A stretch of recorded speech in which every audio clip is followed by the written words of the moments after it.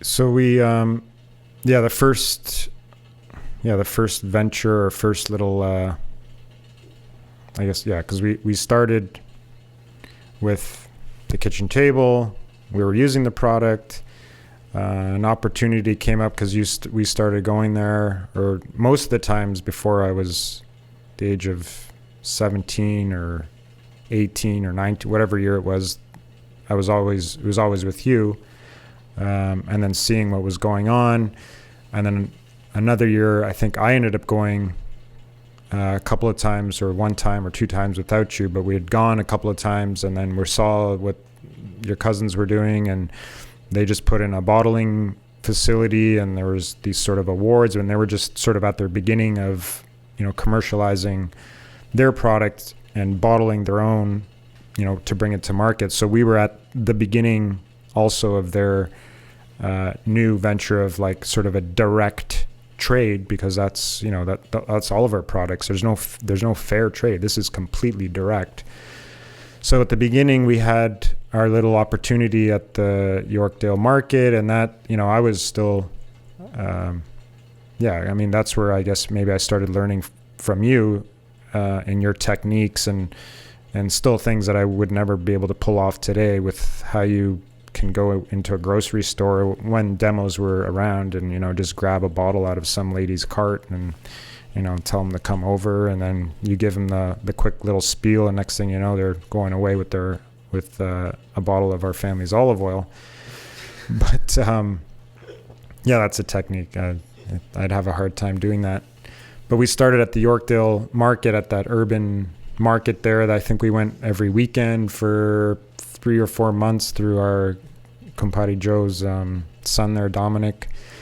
So that's where I saw that, hey, like you just need to do what you feel is right, and you can take people's hands literally and bring them to the table and have them try it, and then put olive oil on their skin. Like this whole thing with the skin on olive oil, like that started from day one, and that became part of our whole demo experience of like, because people's taste buds have been so corrupted that they don't even know what it is that they should be tasting, or a lot of them have never even tasted real olive oil, so they don't even know. So something I realize is like, when they touch oil, because people have touched creams, they touch butter, or they've touched vegetable oil in the kitchen or something, it gets onto their hands. So that whole feeling of how the olive oil feels on your skin, really, that was one of the key things that it just had me like, okay, like this is something that people have a direct sense of, and they're able to connect the quality of how the olive oil feels on their skin. So that, that was very fundamental in like it's a small thing, but it helped me be more creative, because as we moved on, we went to a couple of stores. I remember our first few days we were out together, and we hit like 4 or 5 stores, and we basically sold to every single store we went to. I'm like, oh wow, this is going to be easy. Of course, it's part of who you are and your charisma and charm and stuff that won those people over. But it's just like, how fast does this stuff sell off the shelves? And of course, the places we went to, we knew who these people were through contacts that we made at Yorkdale Market.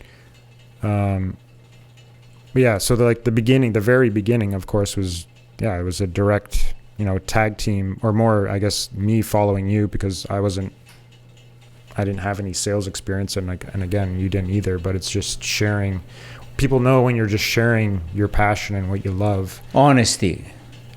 And it became like that was my education. Yeah. One man said that, and he's probably number one store in downtown Toronto.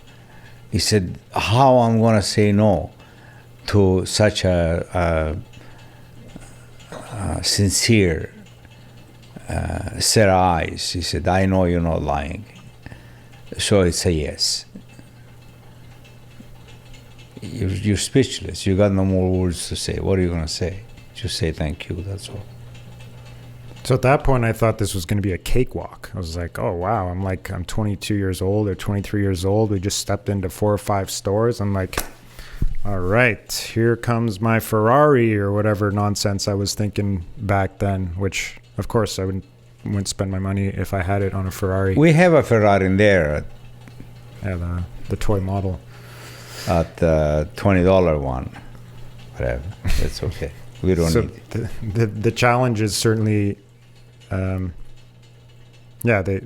appeared not too much longer after that, where it's just like, oh, okay, like I didn't realize that there was olive oil on the shelf for, at that period of time, there was probably olive oil being sold for $3.99, even cheaper. I mean, today we're still seeing olive oil on the shelf at, $4.99 or $5.99. So I guess in that period of time, in that short period of time, because maybe it was a year where we were just sort of going out and, selling our few cases of olive oil, that of course it worked out at some places better than others. But that time together is where, is the base of my sales knowledge, which again is just talking from the heart and just sharing what you know, but really starting to understand what it is that we're selling. Because even though I was 22, I still didn't know anything. I mean, I can even say that today. It's just like, the more you know, the more you realize you don't know. And knowing that I had a lot more to learn that's the mindset I always want to have, is that, there's so much more to learn. And unfortunately, with what's gone on in the last little while, you don't have the time to really dedicate towards just putting towards understanding olive oil and what that actually means, because then we're running a business, and then you have all the logistics, and then there's so many other things that are going on that can't keep your focus on just understanding and exploring the world of olive oil, because there's just so much more to that. And then other life things are there for you to either get into, or there's sort of an obstacle or something that you don't have really time to focus on truly the things you want to focus on. Anyways, so now that we've been, I have to figure out our official birthday here, but Sarafino as our food company, because Sarafino proprietorship existed before Sarafino, the food company. 21 years ago, let's call it at that. 2021, somewhere in there. Something we need to probably celebrate. But we went from bringing in, it was 2 different kinds of olive oils from our family. If I remember correctly, it was basically the Aspromontano. It actually was just kind of one. It was the Aspromontano and maybe maybe it was 2, the Ottobratico. So from the few cases, because we literally just brought in a few cases, which then turned into, few skids. Yeah, half a pallet, and it took a long time. Like didn't turn into a few skids overnight. Like it turned into a couple of years, few skids. Yeah, a good couple of years. And then it ventured into, our family has the virgin olive oil, and then naturally we progressed into vinegar, because oil and vinegar go well together.